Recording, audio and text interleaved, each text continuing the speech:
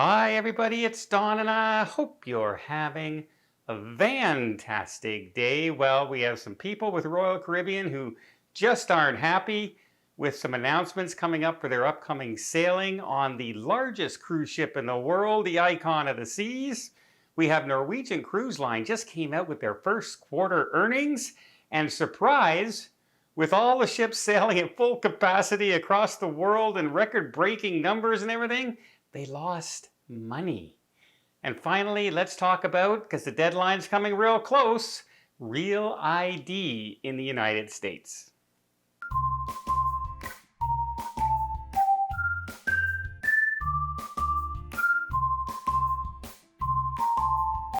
So right now, people are booked this month. A couple days from now, they're leaving on the Icon of the Seas, and they were just notified that their sailing has canceled one of the cruise ports, Labadee.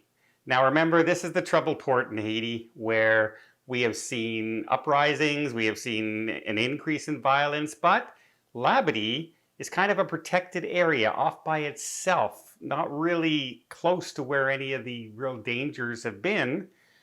But the cruise line decided not to take any chances. This is the second time now that they've canceled in the last year all the cruises going into Labadee. So yeah, it's a troubled situation. But instead of canceling that port destination and moving it to another, they just added a sea day, which on most cases is not that big a deal. However, when you're on the largest cruise ship in the world with the most amount of people possible on a cruise ship, and you add another sea day, meaning out of 7 days, you have 5 sea days now. And if you've ever been on the large ships, those pool decks and everything can get super crowded on sea days. And the buffets are always full on sea days. So it just seems like the ship is much more crowded when people can't get off the ship in numerous ports. Ideally, you would like to have 3 to 4, probably 4 port days on a ship of that size, because it spreads everything out. People can spread out. They're not all packed in. Tensions less rise. No fights around the pool deck. Things like that. Less crowds in the buffet. You get the picture. So yeah, they've been canceling the ports. No idea yet when they're going to reopen it in Labadee. But yeah, just a sea day. People are not happy right now. Next, Norwegian Cruise Line just came out with their first quarter earnings. And although they reported a revenue of about $2.1 billion, which is what the cost of the Aqua maybe, it's pretty fun, that figure is actually 3% lower than the first quarter of last year in 2024. They've actually gone down since last year, which of course last year was a record-breaking year, and sales are very high for this year. They do have a lot of sales going forward in 2025. They're not really concerned too much about things. They've had some expenses come in, but the big thing is right now they had a $40 million loss. And I think so far they're the only cruise line that's had a loss right now of $40 million, but they're saying, don't worry too much. They're not, to their investors and everything, they're not real concerned about it because they kind of planned for this in the early quarters because of dry dock situations with a couple of their ships.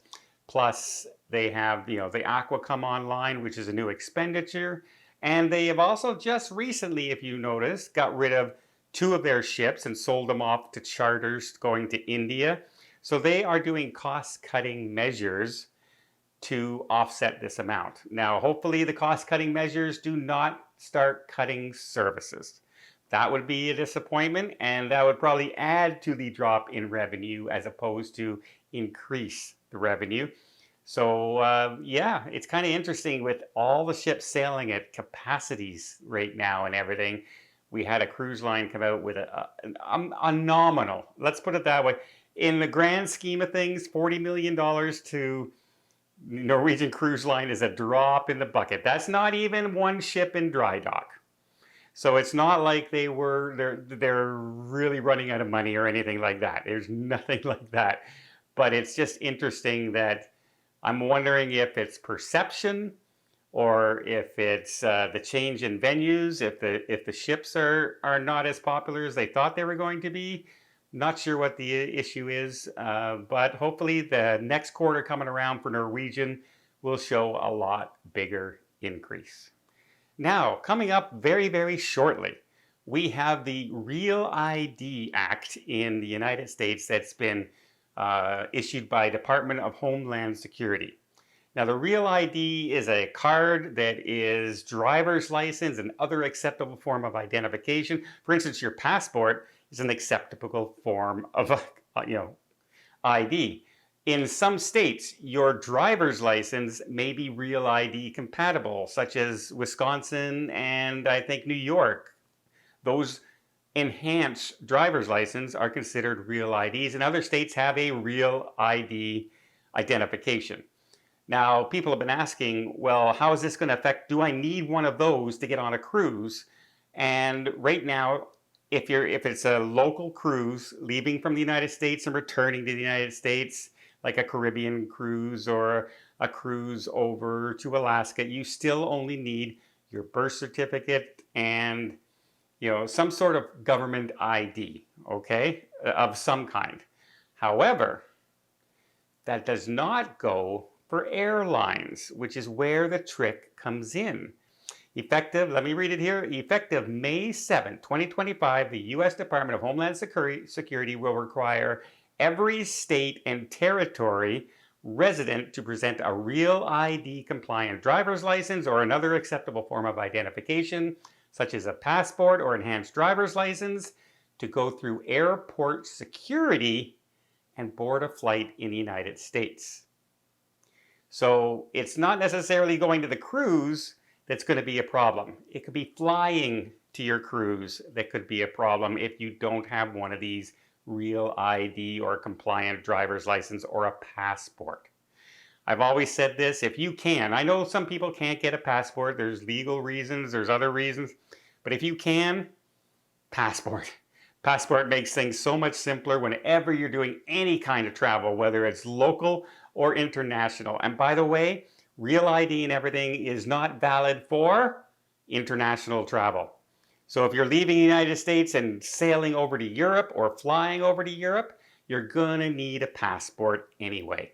It's only for the local system in the United States. So, in short, you can still use the same form of ID you've been using all this time to get on a cruise. If it's, say, the Caribbean, Alaska, up the coast in San Francisco, up to Baja, or wherever you want to go. But if you're flying there, say from Florida to LA, you're going to need some sort of Real ID compliant driver's license, passport, ID card, because that's where they'll stop you. If you're driving to where you're going, there's no issues.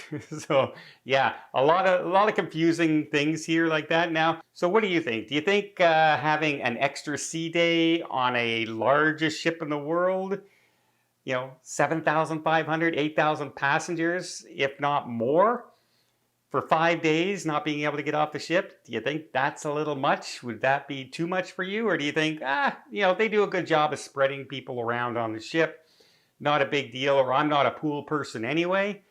I don't know. I think it would probably seem crowded by that 5th sea day. Well, I hope you appreciate this video. If you did, please give it a thumbs up. Want to see more tips, more tricks, more travel vlogs from around the world?